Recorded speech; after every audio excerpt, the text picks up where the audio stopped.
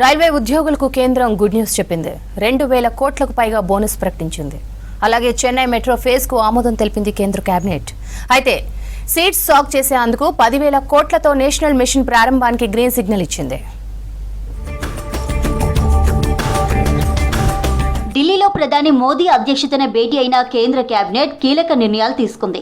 Railway ఉద్యోగులకు 78 రోజుల సమానమైన 2028 కోట్ల ప్రొడక్టివిటీ లింక్డ్ బోనస్ కు ఆమోదం తెలిపింది. దీనివల్ల రైల్వేలోని 11.72 లక్షల మంది నాన్ గెజిటెడ్ ఉద్యోగులకు లబ్ధి కలగనుంది. PLB కింద ఒక్కో ఉద్యోగికి 17,951 రూపాయలు అందనుంది.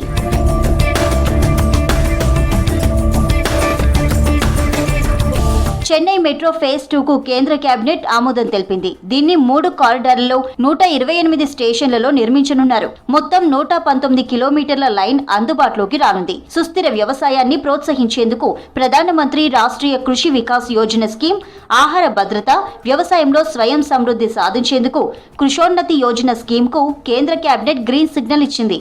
ఈ 2 స్కీమ్లకు 1,00,000 కోట్లకు పైగా ఖర్చు చేయనున్నారు. ఈ 2 పథకాలను కేంద్ర రాష్ట్ర ప్రభుత్వాలు కలిసి అమలు చేయనున్నాయి. तो आज चेन्नई मेट्रो का फेज 2 कैबिनेट में माननीय प्रधानमंत्री श्री नरेंद्र मोदी जी ने अप्रूव किया है. The phase 2 of Chennai Metro has been approved by the Union Cabinet chaired by Honorable Prime Minister Shri Narendra Modi ji at a project cost of 63,246 crore rupees. कि walking distance में station हो, इसी के लिए 120 station. आप normally देखोगे metro systems में 1.5 से 2 किलोमीटर में एक स्टेशन आता था. దేశంలో ఆయిల్ సీడ్స్ సాగును పెంచి వంట నూనెల దిగుమతులను తగ్గించాలని కేంద్రం నిర్ణయించింది. ఇందుకోసం national mission on editable oil seeds ను అమలు చేయనుంది. దీనికోసం 2031 వరకు 10,000 కోట్లకు పైగా ఖర్చు చేయనున్నారు.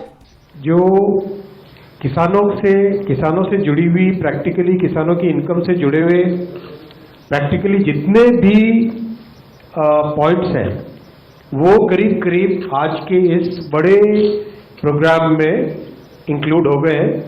और ये प्रोग्राम 1,01,321 करोड़ रुपए का 1,01,321 करोड़.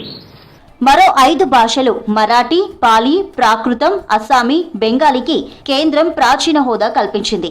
ఇప్పటికే తమిళం, సంస్కృతం, తెలుగు, కన్నడ, మలయాళం, ఒడియా భాషలకు ప్రాచీన హోదా ఉంది. మరోవైపు global platform energy efficiency hub లో చేరాలని కేంద్రం నిర్ణయించింది. ఇందులో ప్రస్తుతం 16 దేశాలున్నాయి.